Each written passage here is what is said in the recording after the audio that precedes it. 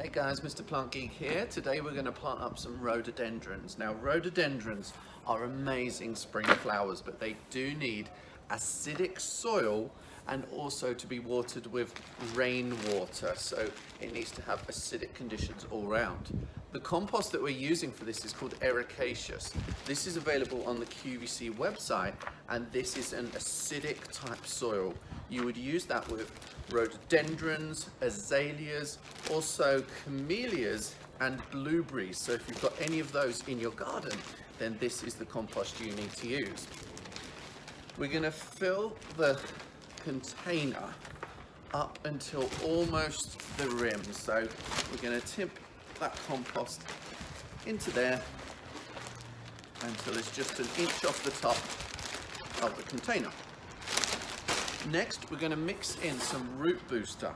Now this is an invention from Richard Jackson which helps to put nutrients down into the roots where they're needed most. It also helps the roots to open up and access the nutrients that are already in the soil.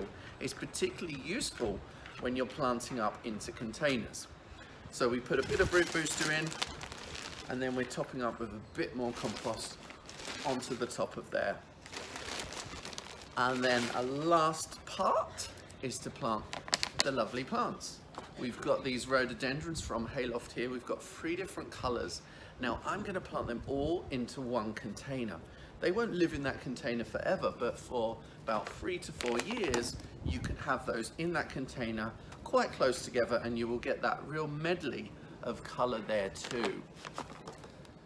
The plants might be a little bit dry when you receive them through the post, so make sure that you give them a good water once you plant those up.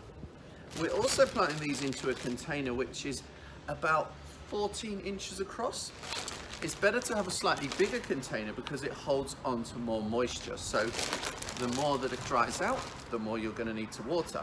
But with these handy containers from Thompson & Morgan, you can actually water from the base because we've got that saucer there. So watering from below means that your plants have only got the water that they need, and they draw it up when they need it. So we're just filling in all of those gaps with fresh compost. Remember, we're using ericaceous compost, which is acidic and perfect for rhododendrons. So there we go, we've planted those up and they will be flowering perhaps within a few weeks. There's a few buds there even showing now.